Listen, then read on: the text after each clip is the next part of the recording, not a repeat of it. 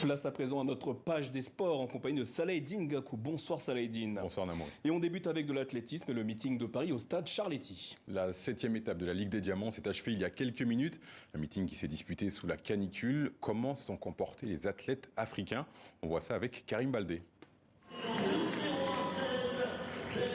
Bonsoir Salah, bonsoir à tous. Sur la piste parisienne de Charletti, on a vu du grand spectacle.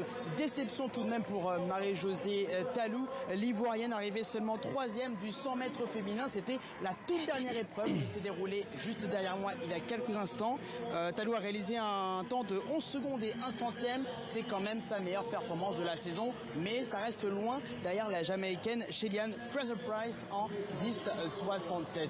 Sinon, côté homme, on a pu noter les performances du Sud-Africain Luke Solo Adams sur le 200 mètres. Il a remporté une course très relevée en 19 secondes 82. C'est à la fois son record personnel, mais aussi la 4e meilleure performance mondiale de l'année dans une épreuve très relevée, avec notamment le Canadien médaillé olympique André De Grasse qui était juste à ses côtés.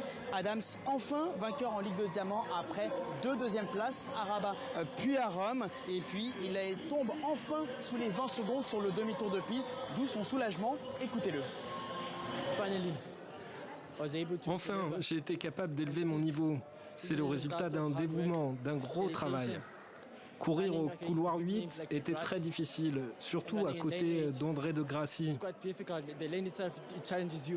fallait montrer du caractère. Cela montre que je peux me battre.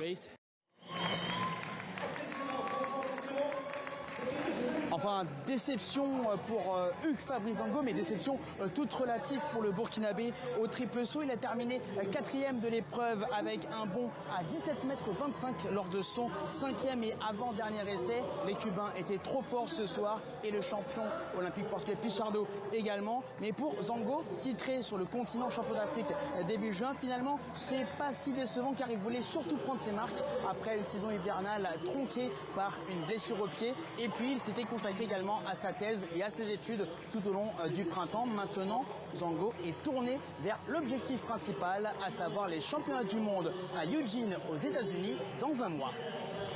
Merci à Karim Baldé qui était accompagné de Cynthia Nzetia.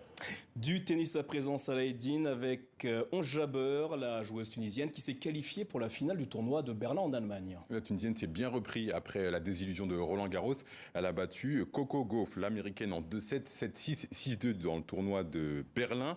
La numéro 4 mondiale disputera demain, dimanche, sa 7e finale sur le circuit WTA, de bon augure à quelques jours de Wimbledon. Et on vient d'évoquer la performance d'une joueuse tunisienne. On va parler à présent du record d'un athlète tunisien. Il s'appelle Nejib Beledi, il a 69 ans et ce qu'il a réalisé est tout simplement exceptionnel. Il a nagé 155 km entre l'Italie et la Tunisie, la plage d'Hammamet pour être précis, en 66 heures sans interruption.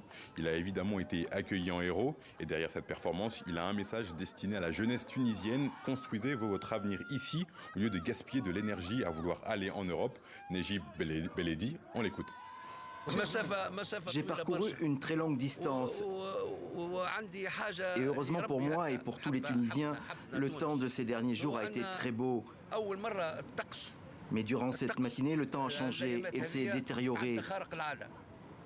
Heureusement pour moi, c'était déjà les dernières heures de mon voyage et j'ai réussi à nager malgré les vagues. Et toutes nos félicitations à Nejib Beledi. On me dit que vous aussi vous souhaitez faire un record à la nage. Où est-ce que vous allez nage pas aussi bien malheureusement que Nejib Beledi. Malheureusement. Merci Salah-Eddine Gakou, à bientôt. À bientôt.